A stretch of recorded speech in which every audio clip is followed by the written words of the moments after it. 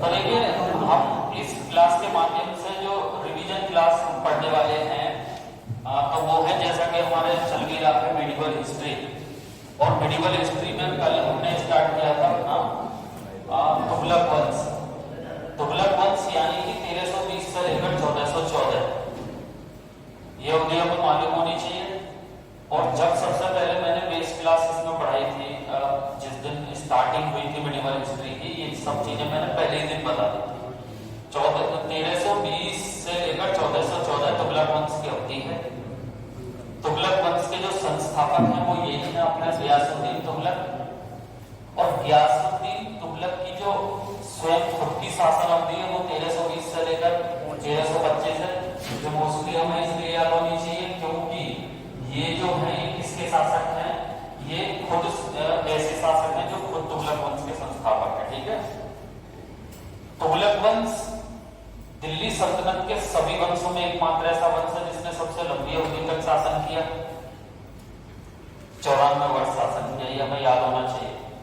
ये किसी भी एग्जाम में पूछा जा सकते हैं, चाहे रेलवे का हो, चाहे आपका स्टेट लेवल का कोई एग्जाम हो। ठीक है, तो ये जो संस्थापक थे तुगलक वंश के, जिनका नाम है गियासुद्दीन तुगलक, इन्होंने नासिरुद्दीन खुसरो खां या फिर मुबारक हसन, और नाम ध्यान से सुनना है, मैं क्या बोल रहा हूं, क्योंकि कई बार ये क्वेश्चन लिंक करके नीचे से पूछ लिए जाते हैं और ये बात हमें मालूम होनी चाहिए कि हम अगले शासक का कैसे पूछें।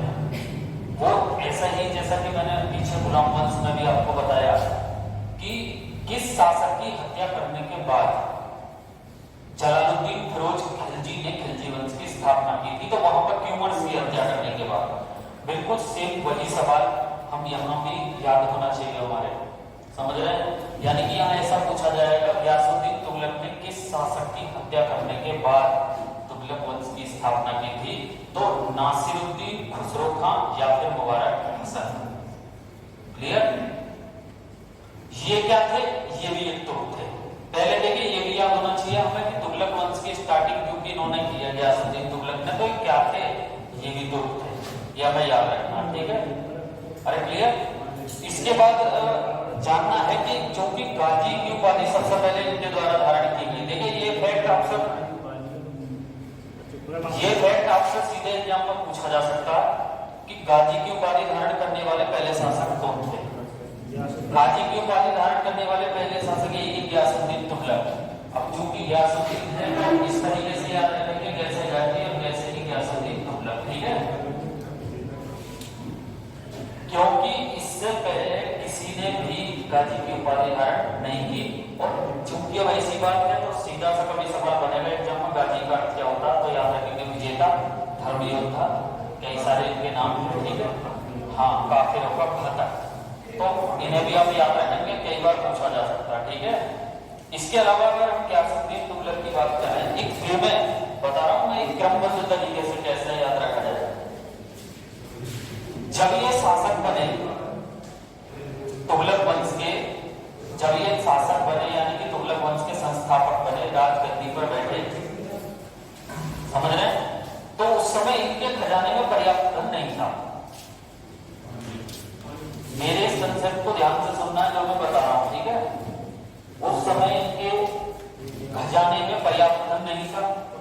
इन्होंने चेक किया, उतना धन नहीं था, क्योंकि फिर इन्हें मालूम पड़ा कि जो अलाउद्दीन खिलजी, जो कि खिलजी वंश के शासक थे, उनके द्वारा जो भी कमाई गई जितनी भी दौलत थी साम्राज्य की, वो सब जो नासिरुद्दीन खुसरो खां थे, है ना, उनके द्वारा अलाउद्दीन और शेख निजामुद्दीन औलिया, ध्यान से सुनना, शेख निजामुद्दीन औलिया और अमीरों में बांट दी गई उनके द्वारा।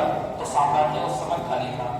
ठीक है, अब ये चूंकि गद्दी पर बैठे, अब इन्हें मालूम पड़ा कि इस तरीके से साम्राज्य खाली हुआ है, तो इन्होंने उनसे उस धन को वापस मांगा गियासुद्दीन तुगलक, समझ रहे हैं। और तो फिर अमीरों ने तो वो धन वापस कर दिया, लेकिन शेख निजामुद्दीन औलिया ने उस धन को वापस करने से इनकार कर दिया था। ठीक है, और इसी कारण इनकार करने के कारण इन दोनों में मतभेद उत्पन्न हो गए। इसीलिए ये सीधा सवाल है, जैसा कि मैंने कल लास्ट लेक्चर में भी बताया, पूछा जाएगा कि किस शासक ने शेख निजामुद्दीन औलिया से भेंट करने से इनकार कर दिया था? गियासुद्दीन तुगलक। रीजन यही था, याद रखना, पूछा जा सकता है। ठीक है, क्लियर। अब इनमें इतने तगड़े प्रतिद्वंदी रहे, बहुत ध्यान से सुनिए। एक क्वेश्चन है जो सीधा परीक्षा में पूछा जाता है, हुनुज दिल्ली दूरस्थ। कई बार एग्जाम में प्रश्न पूछा जाता है, हुनुज दिल्ली दूरस्थ, यानी कि दिल्ली अभी दूर है, ये वक्तव्य किसका है?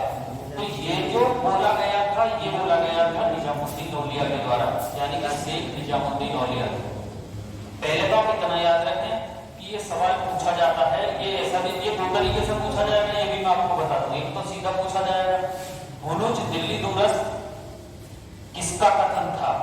तो याद रखना, शेख निजामुद्दीन औलिया। दूसरा सवाल यहां से क्या बनता है, ध्यान से सुनना है। हुनुज दिल्ली दूरस्थ कथन किस शासक के लिए बोला गया था? तो याद रखना, गियासुद्दीन तुगलक। ये चीज हमें याद होनी चाहिए। क्लियर? क्यों बोला गया था इसके बारे में भी मैं बताऊंगा। इसके अलावा अगर हम देखें, ध्यान से सुनना है कि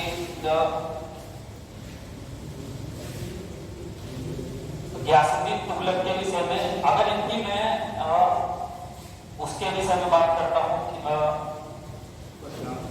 कर के विषय में, ठीक है, बहुत ध्यान से सुनिए। 1 मिनट में क्या कह रहा हूं, यहां पर फोकस रखिए पूरा।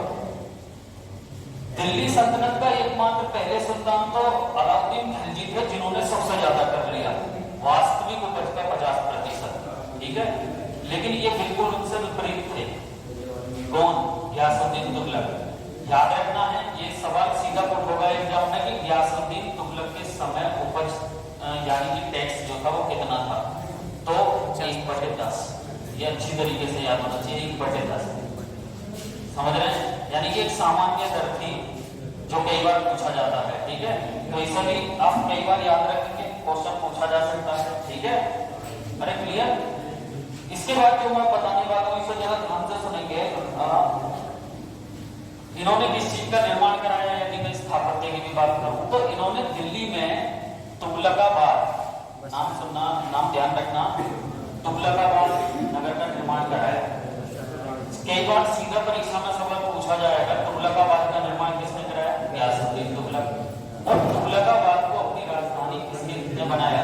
गियासुद्दीन तुगलक। क्लियर? तो इतनी चीजें कम से कम हमें याद होनी चाहिए, कई बार पूछा जाएगा। अब जो मैं कंसेप्ट बताने वाला हूं सब विशेष रूप से सुनना, यानी कि टोटल फोकस यहाँ होना चाहिए, क्योंकि मैंने कल इसे विषय वस्तु पर कुछ भी फोकस नहीं किया, यानी कि कल मैं इस पॉइंट पर चर्चा नहीं कर पाया। ठीक है, अफगान की घटना, बहुत ध्यान से सुनिए मैं क्या चीज बताने वाला हूँ, इससे आपका अगला बेस बिंदु क्लियर हो जाएगा जो हम आगे बढ़ेंगे। समझ रहे हैं? तो सबसे पहले तो ये याद रखना, अफगानपुर षड्यंत्र 1325, यानी कि एक जो प्रॉपर हेडिंग होता है ना, जो हेडिंग के तौर पे याद रखना, लिख लेना है, हेडिंग तो लिख लो, अभी मैं बाद में से लिखाऊंगा भी, अफगानपुर षड्यंत्र 1325, और इस पर आप लगभग 2 स्टार लगा लो, क्योंकि ये बहुत इंपॉर्टेंट टॉपिक है इस पूरे मुद्दे का, यानी कि गियासुद्दीन तुगलक का। ठीक है, अफगानपुर षड्यंत्र 1325, अब इतना ही लिख लेना है, बाकी थोड़ा सा पहले समझना है, मैं बाद में लिखाऊंगा। पहले तो स्टूडेंट ये सीधा ही परीक्षा में पूछा जाएगा, अफगानपुर षड्यंत्र की घटना कब हुई? अगर ऐसा पूछा जाता है तो याद रखेंगे 1325। क्या थी ये पूरी समस्या? इसको जरा ध्यान से एक पॉइंट को सुनना। जब गियासुद्दीन तुगलक बंगाल विजय से लौट रहे थे, अभी केवल सुनना है, ठीक है, जब गियासुद्दीन तुगलक यानी कि ये बंगाल विजय से लौट रहे थे, उस समय बंगाल विजय करने के बाद कहां? दिल्ली की तरफ लौट रहे थे, तब इनके स्वागत के लिए एक समारोह रखा गया। ध्यान से सुनिए, कहां? अफगानपुर में। अच्छा, ये जगह कहां थी? दिल्ली से 8 किलोमीटर दूर, जरा याद रखेंगे। ठीक है, इनके स्वागत के लिए लकड़ी का एक महल बनवाया गया। बहुत ध्यान से सुनिए मैं क्या कह रहा हूं, पॉइंट को, क्योंकि यहां से मैं बताऊंगा किस तरीके के सवाल एग्जाम में होंगे। ठीक है, एक लकड़ी का महल बनवाया गया, और वो जो महल बनवाया था स्टूडेंट, वो बनवाया था जोना खां, जिसे हम आगे चलकर मोहम्मद बिन तुगलक के नाम से जानते हैं। ध्यान से सुनिए, वो लकड़ी का महल इनके पुत्र गयासुद्दीन तुगलक के पुत्र जोना खां अर्थात जिन्हें हम आगे चलकर मोहम्मद बिन तुगलक यानी कि एमबीडी के नाम से पढ़ेंगे, उन्होंने बनवाया। उनके स्वागत के लिए बनवाया था, क्योंकि वो कहां से लौट रहे थे, बंगाल विजय से लौट रहे थे। यहाँ से किस किस तरीके के क्वेश्चन होंगे, कैसे कैसे होंगे, मैं उन पर भी बात करूंगा। वो जो लकड़ी का महल बनाया था उसके शिल्पकार कौन थे, और ध्यान से सुनना, नाम बता रहा हूं, अहमद एयाज। एकदम नाम फोकस माइंड में एकदम रख लीजिए, क्योंकि ये सवाल सीधा पूछा जाएगा कि उस समय वो लकड़ी का जब महल बना उसके जो मेन शिल्पकार थे वो कौन थे, अहमद एयाज।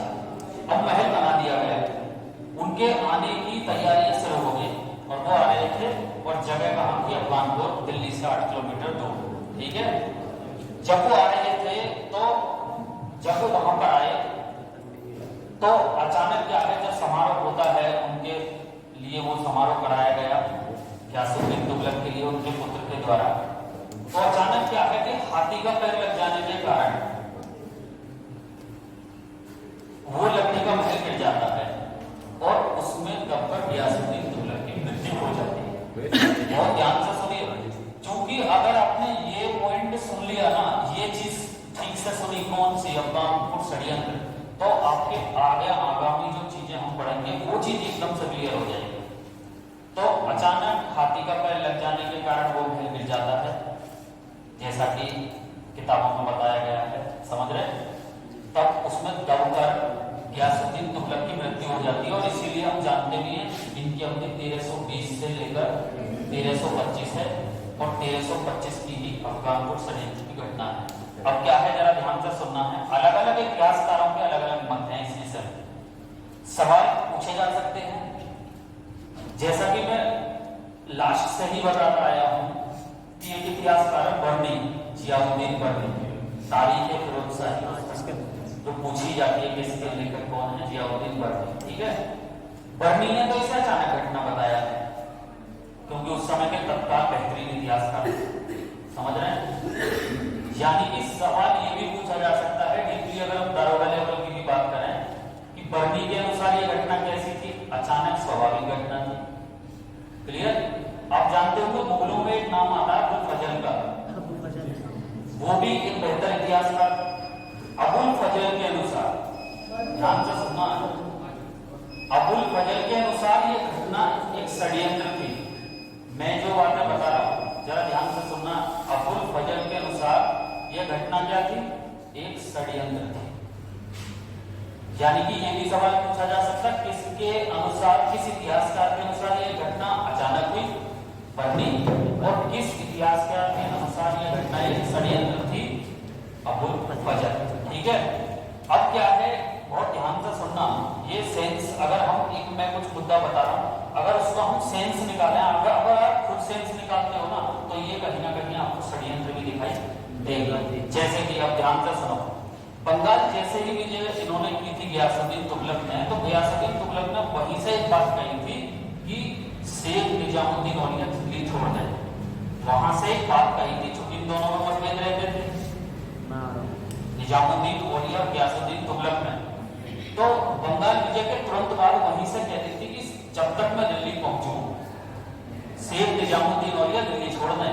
ये बात किसने कही थी, गयासुद्दीन तुगलक। ये भी कथन पूछा जा सकता है कि किस शासक ने यह बात कही थी कि जब तक मैं दिल्ली पहुंचूं शेख निजामुद्दीन औलिया दिल्ली छोड़ दें, तो गयासुद्दीन तुगलक ने कही थी। अब इसके जवाब में जो सवाल, इस प्रश्न का जो जवाब दिया शेख निजामुद्दीन औलिया ने, वो ये था बुरुज दिल्ली दूरस्थ। ये सवाल पूछा जाता, तब उन्होंने कहा था कि दिल्ली अभी दूर है।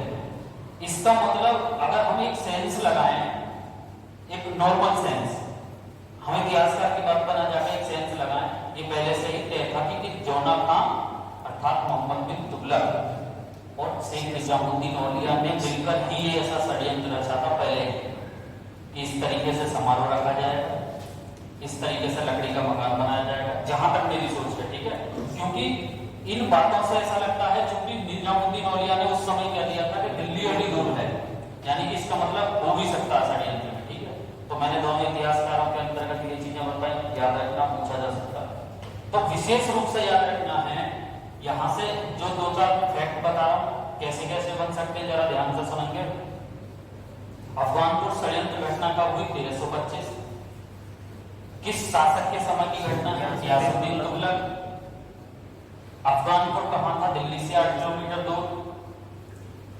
लकड़ी के महल में दबकर किस शासक की मृत्यु हुई? गियासुद्दीन तुगलक। वह लकड़ी का महल कहां पर स्थित था? अफगानपुर। वह लकड़ी का महल किस शिल्पकार के द्वारा बनाया गया था? अहमद एयाज। समझ रहे हैं? और ये जो वक्तव्य थे जो चले थे, हुनूस दिल्ली दूरस्त या फिर शेख निजामुद्दीन औलिया दिल्ली छोड़ दें, ये कब चले थे? 1325 गियासुद्दीन तुगलक के समय। गियासुद्दीन तुगलक ने तो ये कहा था शेख निजामुद्दीन औलिया दिल्ली छोड़ दें, गियासुद्दीन तुगलक। हुनूस दिल्ली दूरस्त ये कथन किसका है? शेख निजामुद्दीन औलिया। अगर पूछा जाता ये कथन किस शासक से संबंधित है? गियासुद्दीन तुगलक।